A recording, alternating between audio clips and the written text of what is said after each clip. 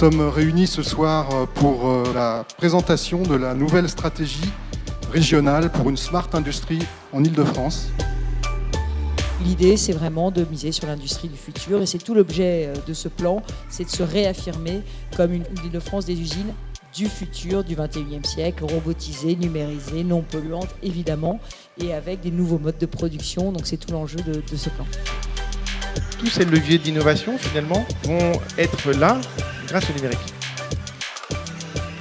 Je crois que l'industrie du futur, c'est au contraire un facteur de développement de l'industrie. Ça renforce l'industrie dans les différents territoires. Beaucoup de métropoles ont cru pouvoir se spécialiser dans les services à haute valeur ajoutée, comme Londres dans la finance, et l'Île-de-France et Paris, tout en ayant effectivement beaucoup de services à haute valeur ajoutée, ont compris qu'il ne fallait surtout pas délaisser leur industrie, sauf à être très vulnérables à l'avenir. Il y a une sous-estimation de la puissance de l'Île-de-France parce qu'en réalité, nous ne nous assumons pas comme une grande région industrielle.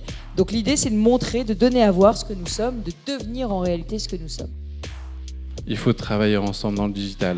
C'est ce que nous projetons de faire autour d'un projet qui s'appelle Digitech. Le but, c'est pas simplement d'avoir les équipementiers et les constructeurs, on veut aussi avoir l'ensemble des PME et des startups et d'avoir quelque part dans cet écosystème une possibilité pour toutes les PME et toutes les startups de pouvoir s'exprimer. Ce que vous voyez là, c'est une première mondiale puisque c'est le seul robot qui est capable de naviguer de façon autonome dans des grands espaces, 500, 1000 m² et plus. Donc on montre aussi qu'on est capable de boxer. Il est important de comprendre les dispositifs existants de l'écosystème, les nouvelles sources de revenus, de subventions, d'aides, de support. Donc je pense qu'il y a une prise de conscience qui est en train de se faire et on espère que sous l'impulsion de la région, les choses vont se mettre en place rapidement. Donc on a un énorme enjeu aussi de cadre législatif, de débureaucratisation pour que ça se crée aussi vite chez nous qu'ailleurs. Parce qu'on a vraiment les talents, on a vraiment l'envie, mais il faut faire grandir tout ça très vite.